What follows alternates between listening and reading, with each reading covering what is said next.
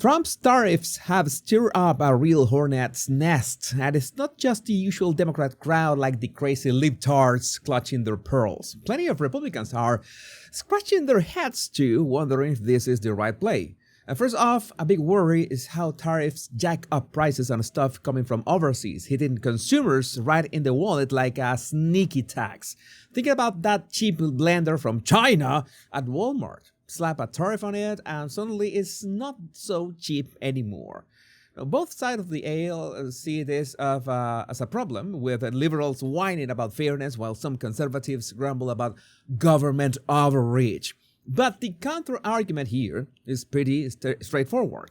Those higher costs are just a bump in the road.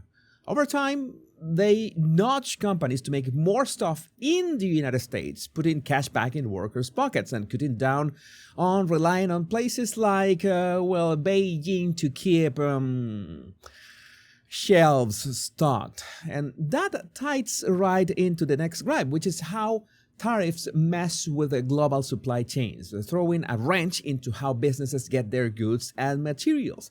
Imagine a car maker in Detroit waiting on steel that's now stuck in tariff limbo. That is a headache for efficiency buffs. Democrats love to crow about how this hurts global cooperation, while even some GOP folks worry it spooks investors. Now, the flip side is that those disruptions force companies to look closer to home for supplies, beefing up U.S. industries and making the country less vulnerable if, say, a certain superpower decides to flex its muscles. Because national security is not just about tanks, it's about not letting foreign factories hold the economy hostage. Then there's the big fear of a trade war, something that both parties have seen playing out. Back in 2018, China hit back at Trump's tariffs by targeting U.S. soybeans, leaving farmers in the Midwest sweating bullets, while the EU wasn't shy about slapping duties on Harley-Davidsons either. Leave it to the Democrats to cry about soybean farmers while slurping soy lattes made from beans China probably grew on stolen American dirt. But Democrats screech that this proves tariffs are reckless. And even some Republicans, especially in export-heavy states, are not thrilled about their voters taking the hit. The counter, though, is that these retaliations are just growing pains. Stick to the plan and countries will come crawling to the table for better deals. This is a game of chicken. Yeah, it is indeed, but one that could make trade fairer for American businesses in the long haul. Jobs are another hot button, with critics saying that tariffs threaten gigs in places like retail or construction, where imported goods keep costs low.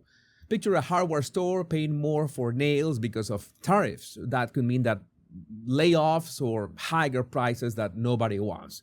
Oh no, Juan the retailer can't sell his knockoff sombreros dirt cheap anymore. Better send him back to build that wall instead. But no, really, jokes aside, the blue crowd loves painting this as a tragedy for the little guy, while some red staters quietly fret about local economies. On the other hand, supporters argue that those losses get balanced out by new jobs in factories popping up stateside. It is not sexy, but making steel in Ohio instead of importing it could mean steady work for years, not just a quick buck selling cheap imports. Now, economic studies get thrown around a bit too, with plenty showing tariffs can tank growth and spike inflation. Think back to 2019 when the Fed had to juggle interest rates as prices crept up. Critics say it's proof that this stuff doesn't work. And Democrats wave these reports like gospel, and even some GOP free market fans who'd rather see taxes slashed than trade barriers raised. They are not sold on that. The pushback is that those studies cherry-pick the downsides. Tariffs shield young industries like solar panels or steel and fix lopsided trade deals. You pair them with some smart moves and the economy could hum along just fine, maybe even better. Allies getting ticked off is another a sore spot, with tariffs straining ties to countries like Canada or Germany. And when Trump hit them with steel duties in 2018, Trudeau and Merkel weren't exactly sending thank you notes. I guess the French didn't like their wine getting pricier, but maybe they should have stuck to surrendering instead of whining about US steel. Liberals moan about losing friends, while some Republicans worry it weakens the West against bigger threats.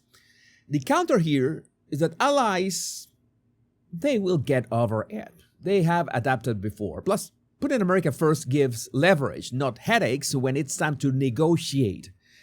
A little tough love never hurt anyone who's serious about staying partners. Now, low-income families catch a lot of flack in this debate too, since they spend more of their cash on everyday stuff that tariffs hike up, like clothes or appliances. A single mom buying sneakers for her kid feels that pinch more than a CEO, of course, and Democrats milk that angle for all that's worth. While even some GOP voices nod along quietly like, oh, no, this is not fair. But the other side says that, hold up, tariffs kickstart production here, creating jobs that pay better than minimum wage. Over time, those families could climb out of the hole, not just scrape by on whatever China churns out. And finally, there's this vibe that tariffs are some old-school relic, out of touch with a global economy where free trade has pulled millions up worldwide. Look at how Asia boomed after trade barriers dropped. Critics say that tariffs drag us backwards. The Democrat faithful swoon over globalization, and plenty of Republicans, especially the Wall Street crowd, agree that it's the future. The rebuttal hits hard. Free trade gutted American factories, leaving towns like Flint high and dry. Tariffs take back control, shielding workers from getting steamrolled by dirt-cheap labor abroad. Socialism is not the answer. Look at you, Bernie fans, but neither is letting every nation but this one cash in. So yeah, Trump's tariffs have people on edge, from Democrat diehards to Republicans who would rather see markets run wild and free. The arguments against them, higher costs, trade wars, job risks, pack a punch. There's no lies detected. But the counters about boosting home ground strength and fixing unfair deals aren't exactly lightweight either. It is a messy tug of war, and both sides have their darlings and their punching bags. But I would like to know what you think about this in the comments. My name is Jesus Enrique Rosas. I'm the Power Pundit. Much love and bliss.